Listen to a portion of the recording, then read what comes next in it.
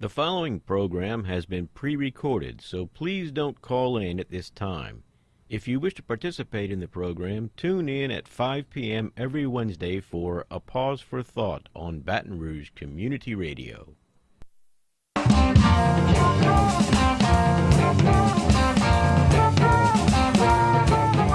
Good evening, fellow humans. This is Wayne Parker with A Pause for Thought here on Baton Rouge Community Radio and 96.9 FM here in Baton Rouge. Well, I hope you're as happy to be here as Lang and I am. This is a live call-in show, 343-9927, 343-9927, if you'd like to call in and share your thoughts, questions, challenges, or whatever on the topic of the evening. But first of all, I want to welcome Lang Baker. Lang, thank you for coming tonight again. Glad to be here. And, of course, you brought a plethora of notes on the topic. And the topic of tonight is suicide in America. And what prompted me to suggest this topic to Lang was an article in the March 31st issue of The Economist titled Self-Destructing. The number of Americans ending their own lives continues to rise. And this article, as you know, Lang, this article states that in America, in almost every demographic category, men and women, young Asians and elderly whites, city dwellers and rural folk, the problem is getting worse, the problem of suicide. And it states that in nearly all other OECD countries, that's the countries of, I think, rich country, 15 of them, I think, or 25, something like that. But in nearly all the other OECD countries, suicide has declined since 2000. Greece and South Korea are the exceptions. In America, however, from 2001, the number began to grow by 1,000 a year and did not stop. This climb has been almost perfectly constant each year, is what they're saying. And the rates for just about everybody in America are going up. White men kill themselves at nearly 3 times the rate of black, Hispanic, and Asian men. That's kind of surprising, you know, given, I think, my view of the reasons for people committing suicide or whatever. But so, Lang, what do you make of this? Well, I've come across, in trying to prepare for this program, a lot of different discussions of what the causes of suicide are. But one factor in the U.S. is how it's distinct from other countries, and how even though how the U.S. is distinct from other countries, right. And how, as you were saying, it's gone up in all groups. It's actually gone up a lot more dramatically in certain segments of American society. The rates are a lot higher in certain segments, and there have been people who've tried to study this and figure out what's going on there. There's a research couple at Princeton who have looked into this, and they've identified that the greatest suicide rate increase has been in white men in the, I think, around 45 to 55 or 60 age 45 to 64 is what I have in a New York Times article here. And those with a high school education or less. Yeah, now I'm looking at this article here from the New York Times. It states here that the suicide rate for middle-aged women ages 45 to 64 jumped by 63% over the period of this study, while it rose 43% for men in that age range, and that was the sharpest increase for males of any age. The overall suicide rate rose by 24% between 1999 and 2014. And, you know, I was wondering, the increase in the rate, I guess the rate is determined by the number of people per 100,000. Right. So if the number of people per 100,000 is going up, what about the boomer generation? I mean, I'm a part of on the tail end of the boomer generation, and we were a huge slug, so to speak, of humanity entering the world in, you know, all the Western countries after World War II. And so I'm wondering, could it just be that, just more people? Yeah, well, the rate is independent of the number of people. Good point. Yeah. Okay.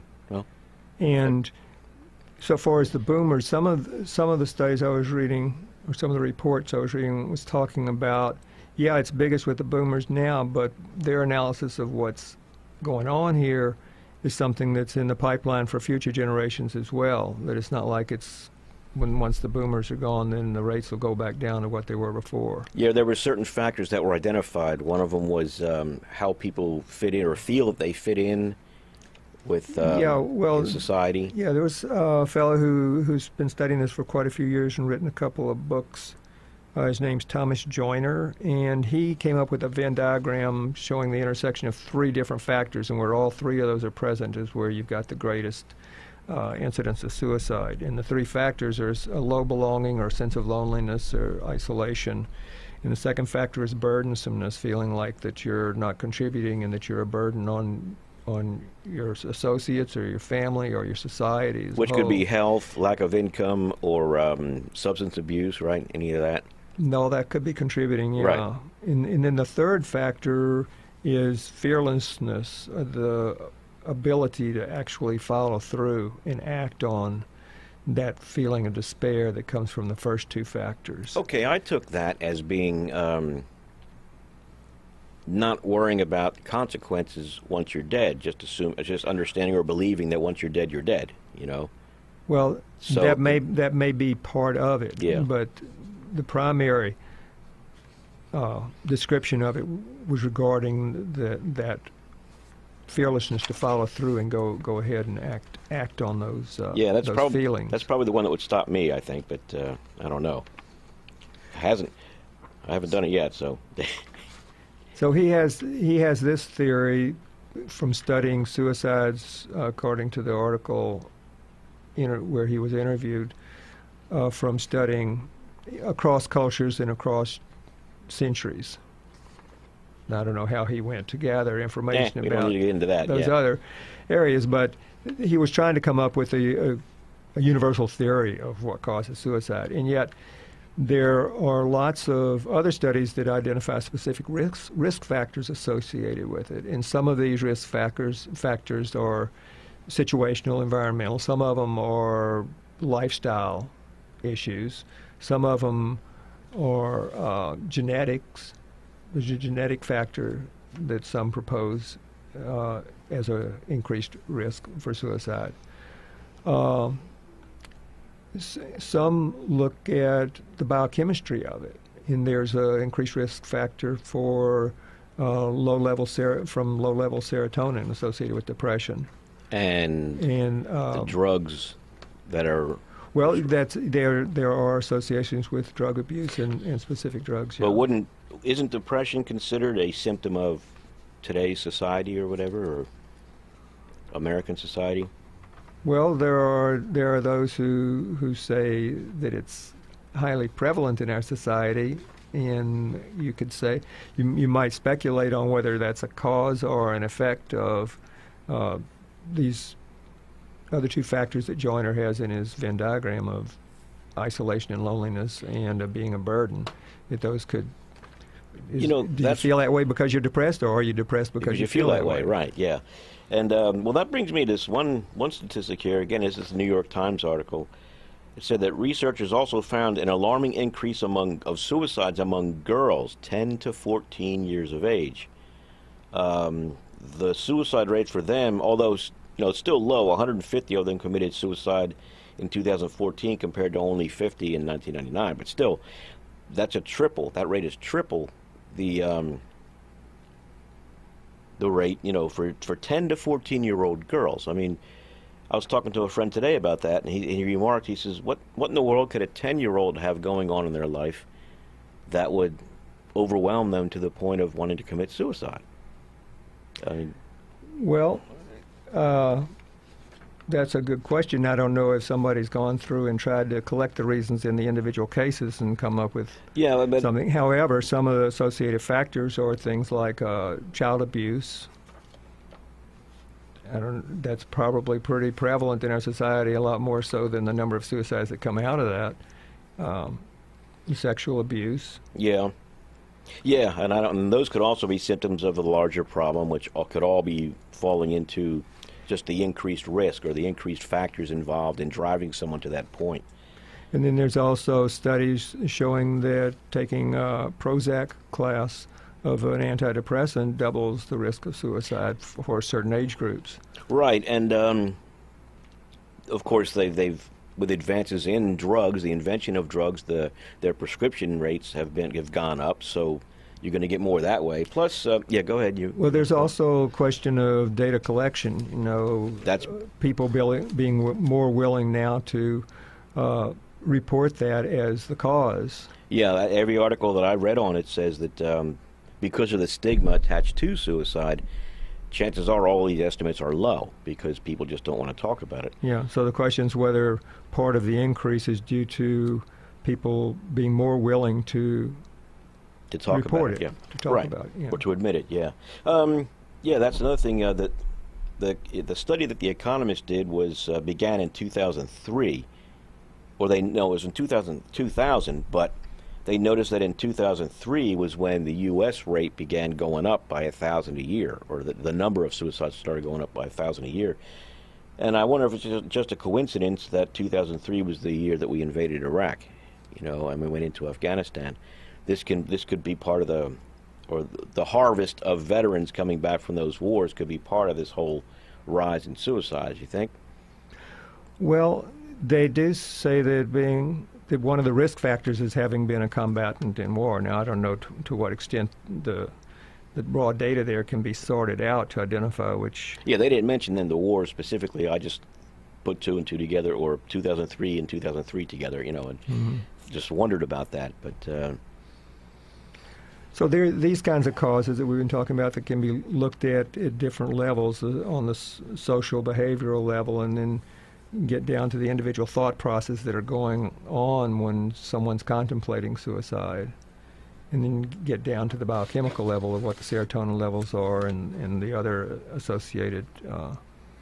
Yeah, and the way it was explained to me when I went through a situation like this was that it was my social situation, or the way I perceived it at the time, that got me thinking in a negative way or so, and then that became magnified to the point where my brain chemistry began automatically duplicating my negative thoughts, and it just built on itself to where, I was heading that way if I hadn't looked around for a way to make it stop. Yeah, well, you're reminding me of a book I once read, The Molecules of Emotion, talking about when the brain gets in a certain frame of mind, the memories it can call up are the memories that are associated with that frame of mind. So when you're depressed, what you remember are the depressing events of your life. And when you're not depressed and you're feeling happy, the events you remember are from events Happiness. where you're experiencing that same emotion. Yeah, and as it's been shown before, and someone pointed this out to me years ago, our thoughts influence our chemistry. Our chemistry influences our thoughts. So they build back and forth. They feed on each other. Like we were talking about with the climate last week, it's like a negative feedback loop, or it's a feedback loop, and it can either be a negative one or a positive one, depending on the situation. That's probably part of what they... These ideas about always be positive, whether you feel it or not, is where that comes from. Is you're kind of establishing a regular feedback, even if you don't really mean it.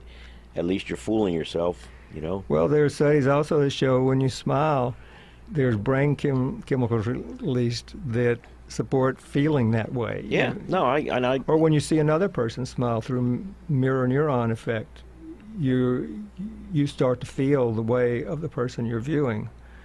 It's theorized to be part of what's behind the capacity to feel empathy. Cool, pretty cool. Yeah, okay. You're happy, so I'm happy for you. That makes me feel happy. Yay, You're happy, I'm happy. But there was one incident mentioned in one of these articles about, and this was on, I think it was an illustration of the loneliness factor in Joiner's theory. Of one of the suicide notes the person had written was that I'm going to walk to jump off the bridge, but I won't do it if anyone smiles at me on my way to the bridge. And he didn't encounter any smiles on his way. Wow. And Yeah. so that reinforced his sense of isolation and loneliness that he was acting on when he followed Sure, he through gave with himself that. one last straw to grasp, and Mhm. maybe someone would walk past me and smile, and Mhm. I'll be saved. That's a shame, but well, anyway, you're listening to Wayne Parker and Lang Baker here on A Pause for Thought on Baton Rouge Community Radio. We're discussing suicide in America, the causes, and our own almost experiences, or my own anyway. I don't know. I'm not going to pry into Lang's life, but feel free to call in and voice your views or thoughts on suicide in America. 343-9927, 343-9927. Lang, one other point about the possible causes, I guess I wanted to touch on, and we talked about this earlier. And again, this is the New York Times article, states here that fresh evidence of suffering among white Americans has been discovered, and this research highlighted the plight of less educated whites, showing surges in deaths from drug overdoses, suicides, liver disease, and alcohol poisoning, particularly among those with a high school education or less. And I got to wondering if this particular demographic coincides with the demographic that voted for Trump in 2016. And I'm not being snarky. I'm just, it's generally been stated that the people that voted for Donald Trump were unhappy. They felt left behind. Economically, they were disadvantaged, because a lot of the blue-collar jobs have left, and that's one of the things Trump promised to bring back. Have you seen any of that? It was mentioned as an overlap, but pointing out that this trend started long before Trump ever ran for president, but an overlap in the demographics of his supporters with the demographics of the people that fell into this group that the New York Times was reporting having higher incident of suicide there. Right, but I guess what I'm thinking is, I realize it began before then, but the fact that Trump ran for president provided them with a way to channel their fears and their feelings and their frustrations, I guess, because he was at least saying what they wanted to hear. He was painting a picture of something that appeared hopeful to them in the face of feeling hopeless about a lot of other things in their lives. And I think, as I recall, a lot of them, had the attitude of, well, nobody else we can see here is addressing these issues, so let's go for this guy because he's all there is, or something like that. And in fact, I think, didn't Trump say that himself? What do you got to lose, right? Yeah, I think he did. Yeah, but anyhow, so what? Well, there's a whole other category of causes than what we've been talking about. What would that be? Well, for one area of another category of causes are the people who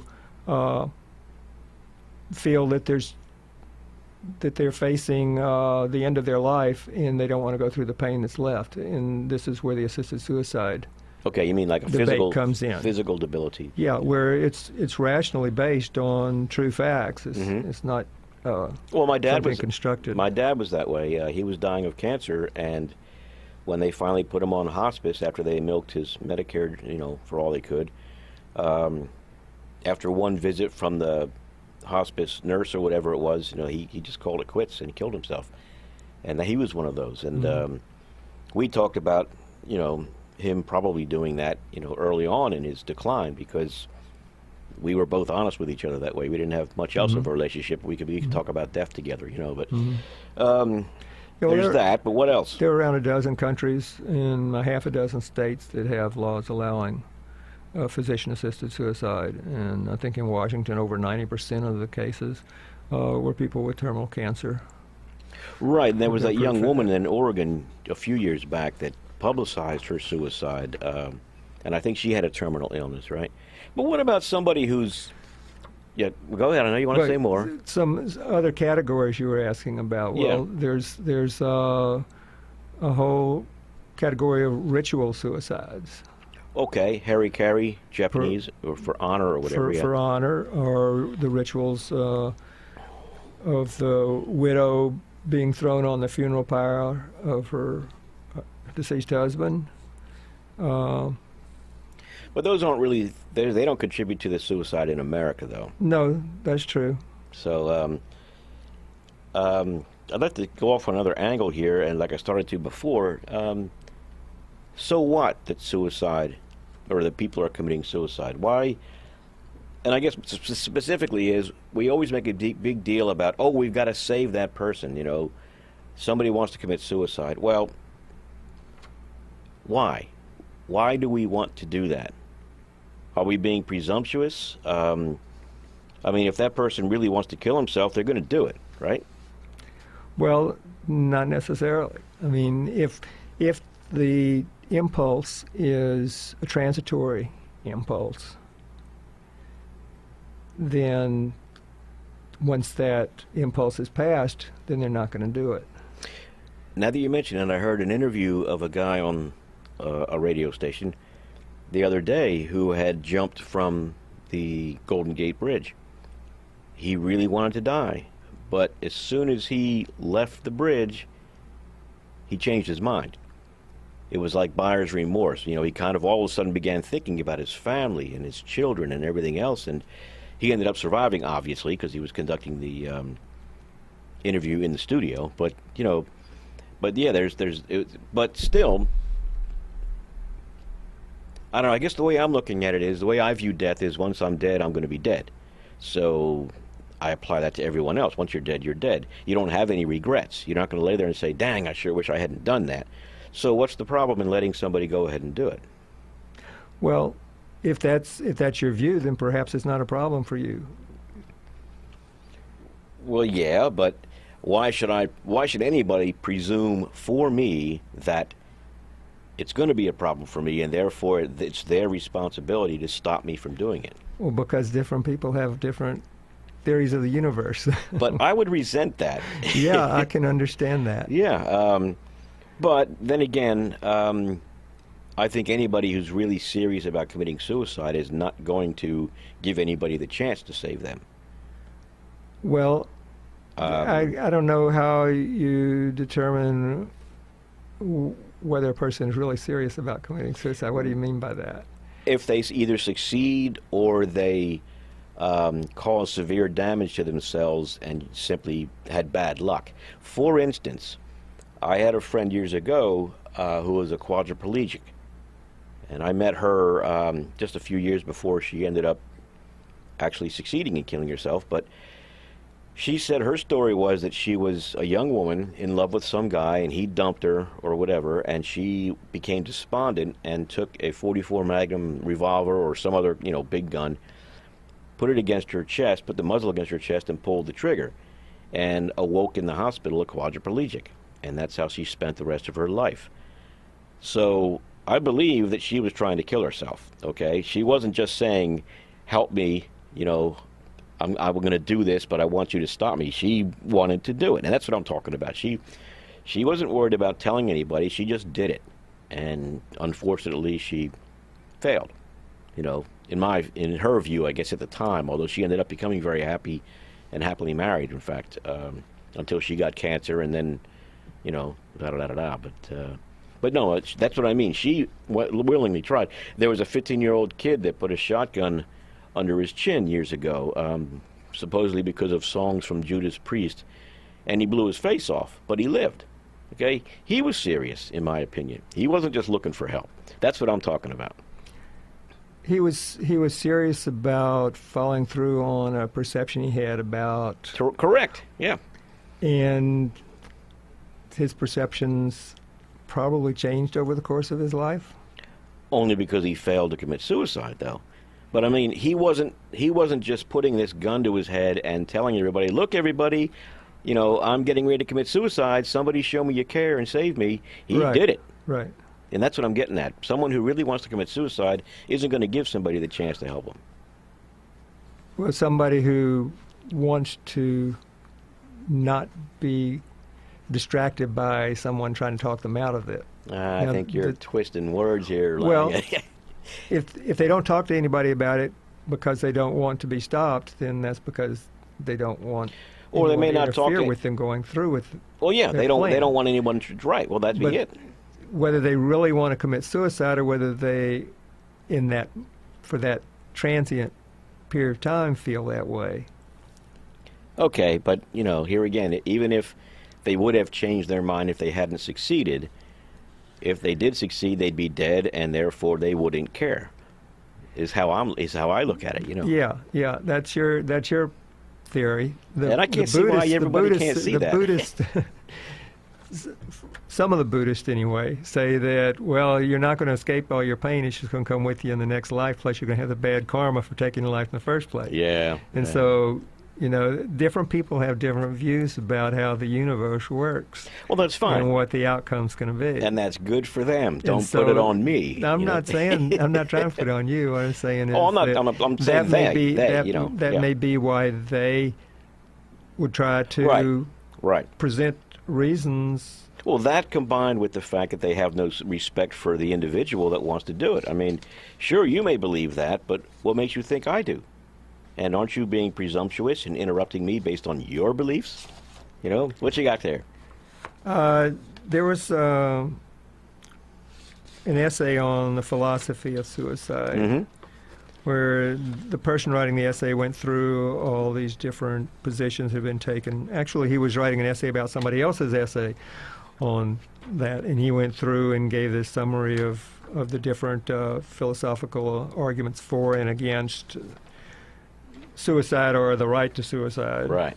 But he gets down, what he comes to a conclusion after all of this is that it seems, this is quoting him, it seems to me that people do have a moral right to commit suicide, and others have no right to interfere in a coercive as opposed to a discursive way. In other words, you can try to talk me out of it, but you can't use force to keep me from doing it. Okay. If two conditions hold, a person is in a psychological and material state that allows her to make an informed decision about whether to terminate her life, such as she's not clinically depressed, not under financial duress for which she could be held by friends, family, society at large. And second, the person has weighed the consequences of her act on other people, chiefly her friends and family. So that's taking a particular attitude about what the rational mind is supposed to do and what factors it's supposed to weigh in determining whether or not to commit suicide. But that's leaving out, to me, that's leaving out the pain that the individual is feeling. If you're going to stop me from killing myself, then you better take care of me for the rest of my life. Well, to back up just 1 second about that's leaving out the pain. Actually, it's directly saying that if you're in that kind of a pain, you're not in the mental state to make the decision. Yeah, so it's a catch-22. That ain't fair. I want to do it. This is what his attitude is when you've got a moral right to do it, is if you're rational, which is elevating rationality over all other aspects. That would be like human. my dad when he was going nowhere but down. He couldn't eat, couldn't see, couldn't drink. You know, anyway.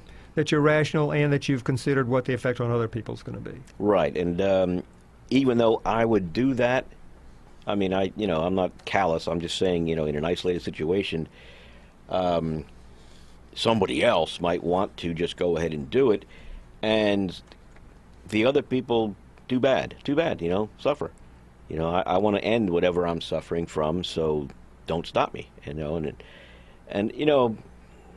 I guess it's fun to talk about it, but yeah, I really wouldn't be that way, but I'm just saying it. To me, it's a very personal act. It's something that, yes, it has an impact on other people, but ultimately it's going to be my decision or the individual's decision, is the way I see it. Yeah, well, this gets touches on the edge of the whole question about how rational our thought processes actually are, and we touched on this in some other discussions we're not really sure. Yeah, but it goes along to the question with Albert Camus, the French philosopher, who stated that deciding whether or not life is worth living is the primary or only philosophical question, or it's the one that must be decided before anything else, because if you decide that life is not worth living, then what's the point of questioning the meaning of life? And I guess that's a point where I guess we didn't get to because I got us off on some other tangent, but it's an interesting thought, because ultimately I guess that's what happens to people, is they decide that life is no longer worth living for whatever reason, and that's when they end it. That's when they put an end to it. Yeah, and then that stands out starkly in the examples of mass suicides through history that have come across, where there are a number of examples listed in the source I was looking at, but what they boiled down to were basically mass suicides for religious reasons because they were being compelled to convert to some other religion, or mass suicide in the face of being captured by the Romans or the Muslim invaders in India, through history. So there it's because it would violate their fundamental concept of what it is to be a human and to be a human within their cultural value system, and that goes whether it's religious or invading armies. And that goes kind of against what Camus was saying, though. Also, one of the things he mentioned was that nobody's going to die for an idea, or nobody ever has. He talked about, I think it was Galileo, when the Catholic Church put the screws on him about the Earth not being the center of the universe. He said, okay, it's not true. He let go of that because it's like, it ain't worth dying for, Some people will die for their ideas and some people won't. Yeah, there were a lot of Unitarians back in, the 16th century or 17th century that were burned at the stake because they wouldn't change their beliefs to satisfy the Catholics. But anyway, Lang, it looks like we're out of time. Everyone, you've been listening to Wayne Parker and Lang Baker talking about suicide here on A Pause for Thought on Baton Rouge Community Radio, 96.9 FM here in Baton Rouge. We got to go. Thank you for listening. Have a good night.